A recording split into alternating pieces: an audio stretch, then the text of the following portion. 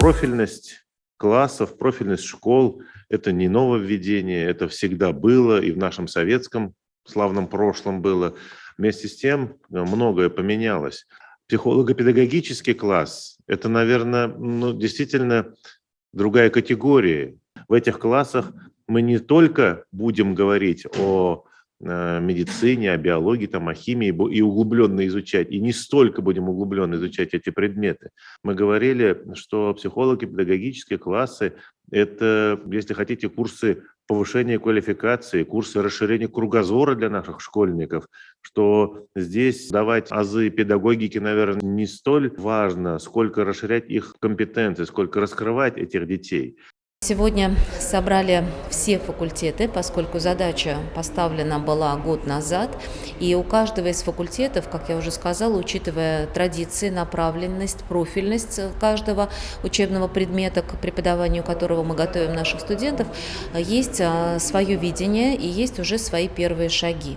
И не случайно сегодня и нашими коллегами был представлен опыт внедрения общей модели ядра психолого-педагогической направленности, модуля психолого-педагогического, модуля элективных курсов, который внедряется в эти психолого-педагогические классы.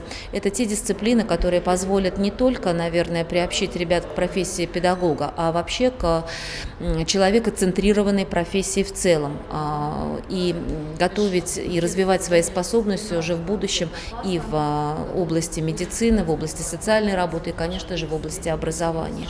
И плюс к этому, безусловно, каждый факультет во взаимодействии, в партнерских отношениях со школами выстраивает и свою профильную направленность, используя все ресурсы факультета, приобщая ребят к той или иной предметной линейке. У нас 10 класс, обучение в нем ведется на основании индивидуальных учебных планов, поэтому там есть разная направленность деятельности. Но когда Башкирский государственный педагогический университет презентовал данный проект, он говорил о том, что задача не только выбора профессии учителя, а задача обеспечить или развить, сформировать у учащихся компетенции 21 века. Интерес есть у обучающихся, они активно участвуют, они очень любят элективный курс, который у нас проводит замдиректор по учебно-воспитательной работе, который является координатором данного проекта.